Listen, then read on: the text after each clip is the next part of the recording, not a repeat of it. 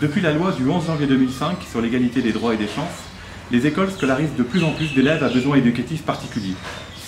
C'est le cas des écoles du réseau AEFE et en particulier ici, à Maurice, avec nos 5 établissements partenaires ou conventionnés. Pour amorcer une scolarité dans les meilleures conditions, il est indispensable de bien analyser les compétences de chaque élève et ainsi ses besoins. Pour ceci, l'école, la famille et les spécialistes extérieurs doivent agir en partenariat et en parfaite confiance. C'est tout le sens et tout l'enjeu des équipes éducatives. Mettre en place un dispositif cohérent, pertinent, adapté aux capacités de l'élève et soucieux de son bien-être et de sa réussite. Le dispositif des études dirigées au collège accueille des élèves ayant des difficultés d'ordre scolaire diverses et variées. C'est un espace d'échange surtout qui favorise l'expression libre, surtout la mise en confiance et la communication. Une centaine d'élèves à l'école du Nord bénéficient de dispositifs d'accompagnement qui s'inscrivent plus ou moins dans la durée et avec un réel succès puisque à la fin de la scolarité nous avons entre 96 et 100% de réussite au brevet avec énormément de mentions, quasiment 90% de mentions d'excellence.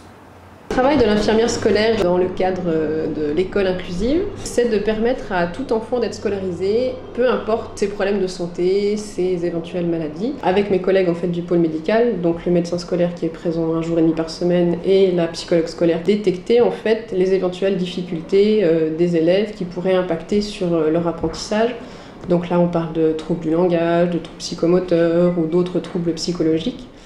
Repérer un élève à besoin particulier au niveau de ma discipline, c'est par exemple une orthographe un peu défaillante. Ça peut être aussi une lecture laborieuse. En tout cas, c'est de leur proposer un accompagnement et de leur offrir un parcours scolaire aussi épanouissant que possible. Au niveau de l'accompagnement, ça peut se passer de plusieurs manières. Un tiers-temps, on laisse un petit peu de temps en plus. On va valoriser l'oral. Pour d'autres, on va aussi reformuler les consignes. Les aménagements pédagogiques proposés se déroulent le plus souvent en classe et peuvent prendre différentes formes pédagogiques.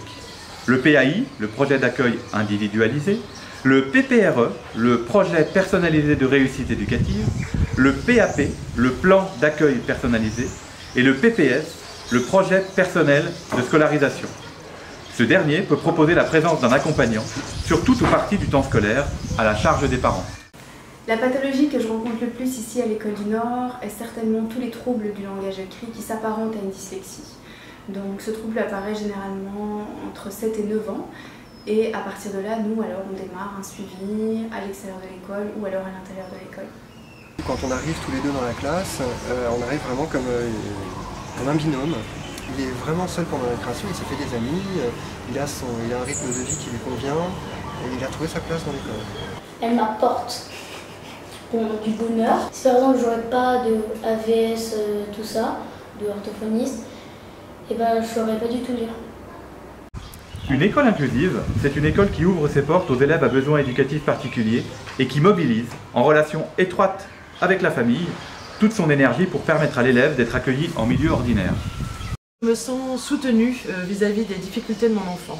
Le temps de diagnostiquer, comprendre les problèmes de son enfant et de mettre en place toutes les solutions.